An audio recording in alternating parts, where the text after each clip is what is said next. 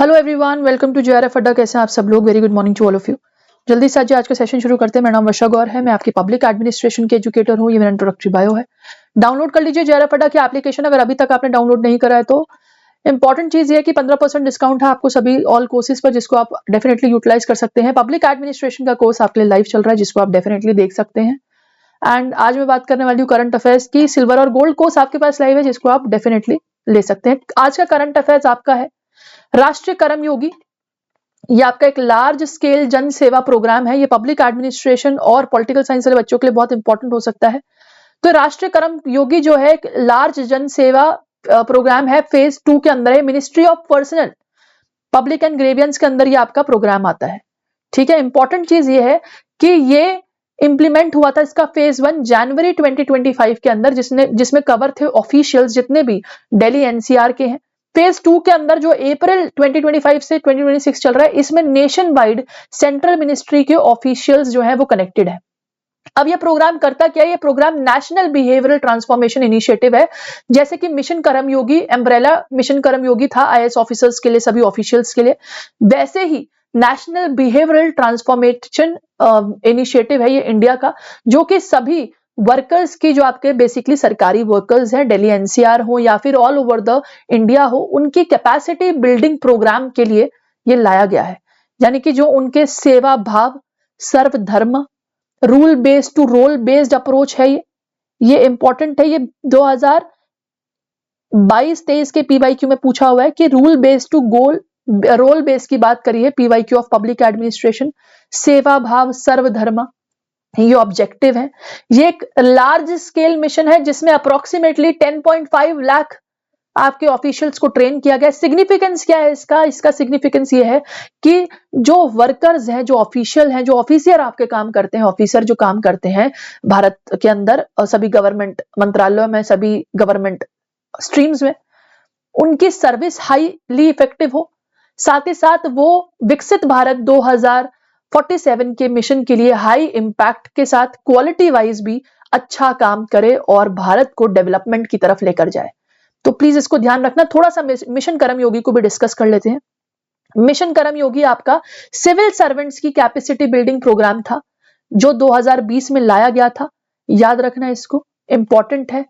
Objective क्या था? Civil servant को ज्यादा क्रिएटिव, ज्यादा प्रोएक्टिव, ज्यादा इनोवेटिव और टेक्नोलॉजिकल ड्रिवन बनाना, ताकि वो सिटीजन सेंट्रिक गवर्नमेंट के साथ डील कर सके। कैपेसिटी बिल्डिंग मिशन था इनका भी।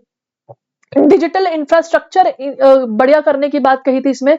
आई गॉट कर्मयोगी प्लेटफॉर्म है, जिसमें आपके जितने भी ऑफिसर्स हैं, सिविल सर्वेंट हैं, उनको जहां चाहे अपने पेस से वो एक लर्निंग डिवाइस के तहत वो चीजें सीख सकते हैं। ऑफिशियल्स जो हैं यूटिलाइज कर सकते हैं आई गॉट कर्मयोगी प्लेटफॉर्म को अपने ही डिवाइस पर, कहीं पर भी, जो उनको चीजों के बारे में लर्निंग मिल सके। ये digital infrastructure I got Karmayogi platform है, जिसका मोटो था any time anywhere on a device, कि आप लैपटॉप के, कंप्यूटर के या फिर फोन के माध्यम से भी लेसन्स ले सकते हैं।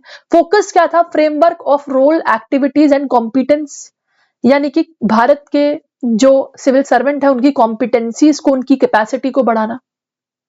Public human resource institutional framework में आया, इसमें सीबीसी कैपेसिटी बिल्डिंग कमीशन इसके फ्रेमवर्क में आया था। कर्मयोगी भारत जो था ये कोऑर्डिनेटिंग यूनिट है, जो आपके सिविल सर्वेंट्स की कैपेसिटी बिल्डिंग को कोऑर्डिनेट करता है। तो ये दो चीजें बेहद इंपॉर्टेंट रही हैं आज के आपके करंट अफेयर में। याद रखना, फेज 1 जनवरी 2025 में आया था राष्ट्रीय कर्मयोगी का सेवा प्रोग्राम का, और फेज 2 इसका 2025 से फरवरी 2026 तक चला है। तो ये चीज ध्यान में रखनी है। ठीक है। अगली बात करते हैं सेवा तीर्थ कर्तव्य भवन। पीएम मोदी ने नया प्राइम मिनिस्टर ऑफिस आपका इनॉग्रेट कर दिया, जिसका नाम है सेवा तीर्थ। इसका फॉर्मर नेम इस जगह का उद्योग भवन है। उद्योग भवन दिल्ली के अंदर अब सेवा तीर्थ बन चुका है। इसके अंदर 3 बॉडी आपकी आ गई है सेवा तीर्थ में। प्राइम मिनिस्टर ऑफिस इंक्लूड हो गया, कैबिनेट सेक्रेटेरिएट इंक्लूड हो गया और नेशनल सिक्योरिटी काउंसिल इंक्लूड हो गया है। इसी के तरह एक दूसरी बॉडी भी आई है, कर्तव्य भवन, जिसमें कॉमन सेंट्रल सेक्रेटेरिएट है वो सभी मिनिस्ट्रीज का, जैसे कि finance, defence, health, education ministry का। इसके अंदर 4 स्टार गृह ऐड हुए आपके, रिन्यूएबल एनर्जी और वाटर कंजर्वेशन जैसी डिस्कशंस के लिए। अच्छा, ये किया क्यों गया, क्यों बिल्डिंग चेंज करने की जरूरत पड़ी या क्यों कर्तव्य भवन बनाने की जरूरत पड़ी?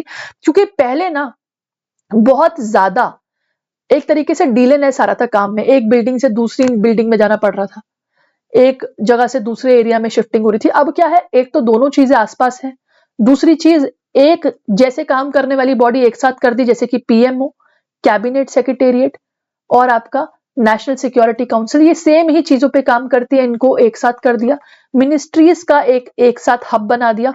अब जो है डिसीजन लेने में डिले नहीं होगा, प्लस इनके बीच में कोऑर्डिनेशन अच्छे से मेंटेन रहेगी, कोऑपरेटिवनेस अच्छे से मेंटेन रहेगी, जो सिटीजन सेंट्रिक गवर्नमेंट पे फोकस करेगा। पब्लिक एडमिनिस्ट्रेशन के एस्पायरेंट, आज का करंट अफेयर्स आप लोगों के लिए बेहद महत्वपूर्ण है, याद रखिएगा। चलिए, इसी के साथ आपसे आने वाली क्लासेस में और करंट अफेयर्स लेकर आऊंगी, मिलती रहूंगी आप लोगों के साथ।